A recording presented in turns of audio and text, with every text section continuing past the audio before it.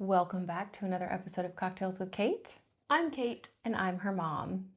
Today we're going to talk about generational gaps of at what age kids should have a cell phone. So I think there's probably a wide range. I think Caitlin and I are probably pretty aligned with where we stand on this topic, but I'm interested to hear what you guys think. First, let's talk about our cocktail. We actually have a mocktail today. We haven't had a mocktail yet, so I thought we would share a mocktail recipe. So this is a mocktail Paloma. So Espresso martinis are my first favorite, but Palomas are they? Yeah, they're up there. All And right. gin and tonic. I just like a refreshing cocktail. So Nice. as the weather's warmer, it's nice Yes. to. So our virgin Paloma, and I'll tell you the way you probably should make a virgin Paloma and the way I made this one.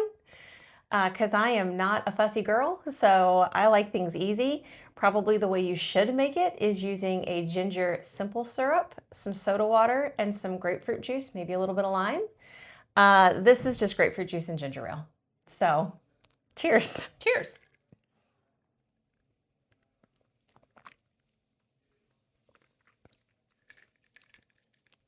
It's not like Very refreshing. It's not like a Paloma. I use grapefruit soda.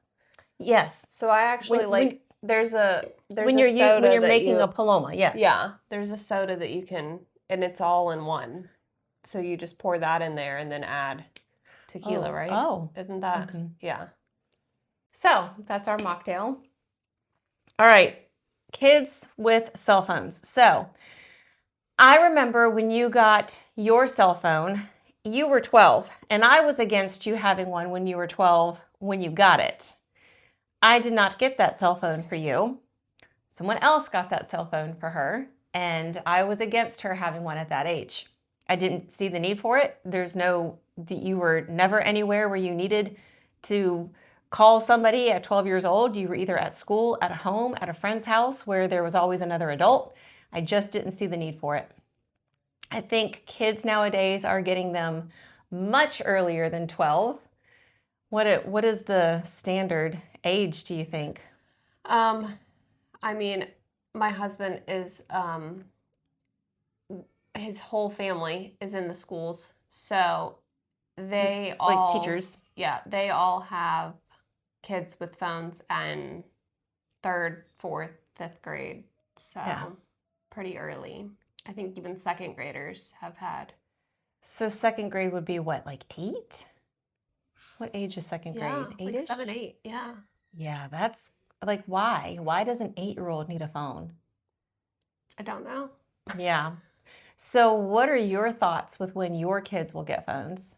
Okay, so I think that there have been a lot of social media influences with kids, and it's had negative impacts. And I think that there have been a lot of companies that have come out with phones or apps or whatever to monitor and to condense the phone to be only necessary things, and it blocks the social media and it blocks just all of those. Like you just have the location and texting and calling, and it's like limited amounts of communication, I guess, but like only essential. So this is a particular phone that does this? Yes. So there's a bark phone, I think is what it is, that does it. And then Apple has like a setting that you can put on them to limit things, and it's parental control. So everything that the kid wants to put on their phone goes to the parent's phone for permission and then installs it on the kids. I think that our kids will probably get phones around 12, 13, but they will be limited. They won't have all of the social media apps and all of the negative influencing and just talking to their friends at all hours of the night. Yeah, no, that's good. I'm glad to know that there are those parental controls. I wonder how often they're used. I know you will use them. Right, yeah. And obviously that's up to every individual parent as to whether or not they use them, but I do think social media can be really damaging. Yeah. And I definitely think that even with our kids now growing up in the time that they're growing up is a lot different than when I was growing up, even though it wasn't that long ago.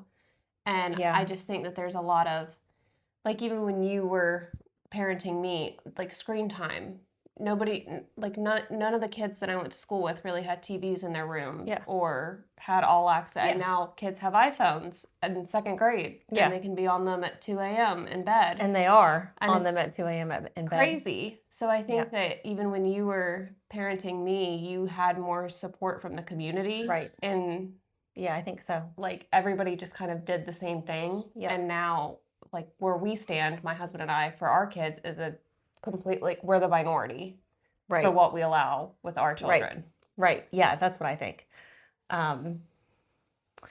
Yeah, I still don't understand why does an 8-year-old need a phone though? Yeah, I But have no idea. but so tell me, why does a 12-year-old need a phone? I think 12 years old, you're getting more into, like, you're wanting to be independent. You're getting into middle school. You're wanting your kid to kind of learn that independence role so that you and your child both have more confidence as they age. Okay. But you still have a good grasp on it, maybe is what I want to say. I think that they're getting into extracurricular activities. They're doing more things with friends. They're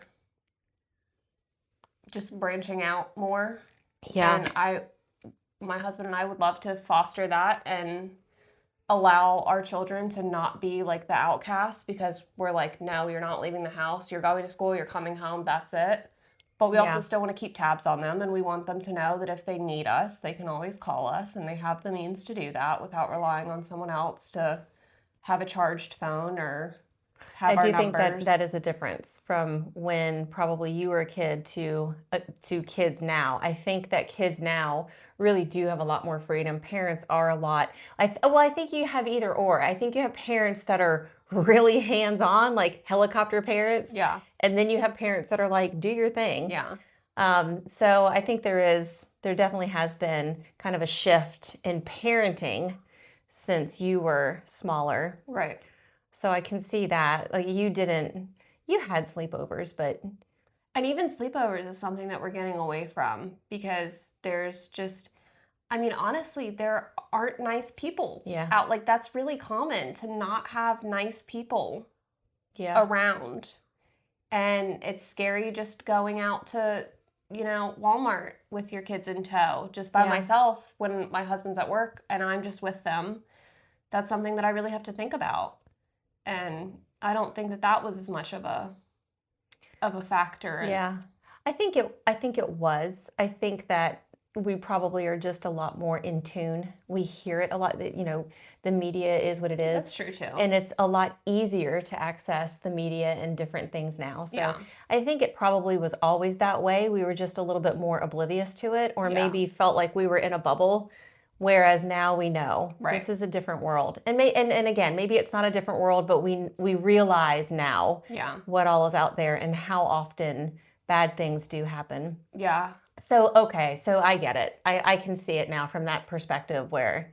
And like we were talking about sleepover, like late-overs, I've heard of parties being late-overs. So your parents drop their children off for like a movie and pizza or something, but then they come and pick them up at 10 or 11 o'clock at night. So they're not actually spending the night away from you, but it's a late bedtime, and it's, something fun to celebrate an event like a birthday or something.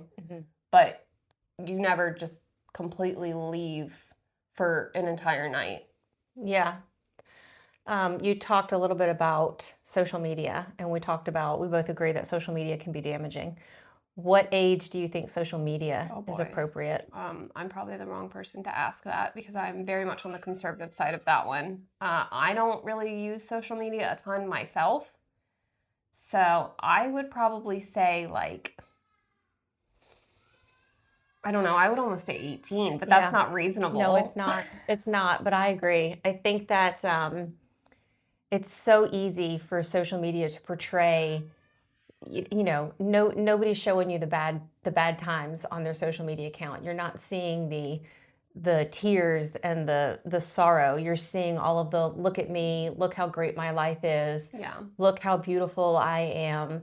And you don't see all of the, necessarily, or you don't see all of the things that made them beautiful. You don't see the surgeries, and you don't see all of the cosmetic procedures, and even just lighting and filters. Oh, and that. Yeah. Yes, and that. Yeah, that's a good point too. You don't see that side of it. So I think there's an unrealistic expectation for Yeah. somebody that isn't old enough to realize that you do have all of those different things that make life seem or make appearances seem a certain way, and they try to emulate that, and that's just so damaging to their mental health. And I agree with the appearances thing, but I also think there's a flip side of kids doing things that are maybe dangerous, Yeah. or not something that they would typically do if they weren't trying to show off for their friends. Yeah. And that's a different size because it has nothing to do with how you look or your Right. appearance online on social media, but it's choices that you wouldn't typically make that lead to Right, because they potentially want to bad be outcomes. popular. Right. Yeah, different. But A if lot there's of not different things that that they're like posting. push for that influence and to be an influencer, or there's not that push to be popular or whatever on social media, then Right. you never would do that anyway. So Right. But I agree that it's probably not realistic. I think kids are on, and even with the parental controls, because I just saw a commercial this morning about TikTok and how TikTok has all these parental controls, and but that's only if the parents use them. and also kids jailbreak stuff. We call it jailbreaking. I don't know what they call it now, but we called it jailbreaking, where you can go into the device's software and you can Wow. make different changes yourself, but it's still like you can bypass things as the kid without your parents ever knowing. Wow. Yeah, and I'm sure they do. And but how funny that at 12 that you would know that something like that. Yeah. But I guess so. I guess if you're friends with a 12-year-old that's like, "Oh, why do you have that? I do Right. this," or "I tell my mom this." Like, kids are manipulative nowadays. Like, it's scary. Yeah. Yeah. And maybe you were too, but I don't think you were not anywhere near to the level that I've seen nowadays. But also, I wasn't the kind of parent that was going to get pushed over with that kind of stuff. I held my ground. And I think that I think that I just respected you. Yeah. And I think that I knew, yes, there was that, like, I'm going to quote, fear factor, because it is to an extent, but also, like, I don't know if that's the exact term, but for lack of a better one, that's what I'm going to use. So I think that I just had a lot of respect, and there was, like, I knew if my teachers called my mom, like, I was going to get it at home. Mm-hmm. I was going to get in huge trouble once I got home. And these kids now, they're like, okay, call my mom. There's no consequences. It's fine. Like, what's she gonna do? Yeah. Yeah. I think there was a mutual respect too when you were growing up, because I know I said a lot of times, because I said so, that's why. But I think for the most part, I've always been a big picture kind of person. You're never going to get buy-in if you can't explain to the person that you're trying to get buy-in from what the big picture is. Why are you asking for these things? What does it mean for them? And even as a parent, I felt that that was important. So she would understand, well, maybe I'm asking you to do this because I said so, but also because there's a bigger safety issue, without going into all the scary things that you don't want to tell a child, but making them understand that it's not just because I don't want you to do it. There's a reason I'm asking you to not do it. And then that creates a mutual respect. I definitely think explaining your side as the parent is not a sign of weakness or of being a pushover. I think that it's definitely, we do that. Our kids are extremely little, but we still do that with them. Like, no, we're not going to do that because of so-and-so. But it's not, I try not to just say because I said so. I'm not going to say it's never come out of my mouth, because, kids are very repetitive and they ask the same thing over and over, and it's just constant, why? And then you get to that point where it's just like, because I said so, now we're moving on. But we do try to explain, this is our hesitation, or this is why we're going to do something else instead, or whatever. Yeah. So I think that explaining things does create that mutual respect a lot. What do you guys think? We started out with talking about telephone ages, and like so many things, that turns into another topic, and then that turns into another topic, and there's a lot of layers. There's never a one size fits all or a black and white. There's layers to these types of issues. So what do you think? What age will your kids have cell phones, or did they have cell phones? Did you use parental controls? Did your kids respect those parental controls? What do you think about social media? Tell us what you think. Like, subscribe, comment. Tell us what you think. Any last thoughts? I had one, but it left me. So we'll wrap up. All right. Maybe I'll think about it in another episode. You'll comment. Weave it in. You'll comment if you remember it. We'll comment. Caitlin will start the conversation. All right. Well, thanks for watching another episode of Cocktails with Kate. And go call your mom Or your daughter. and start your own conversation. Bye till next time.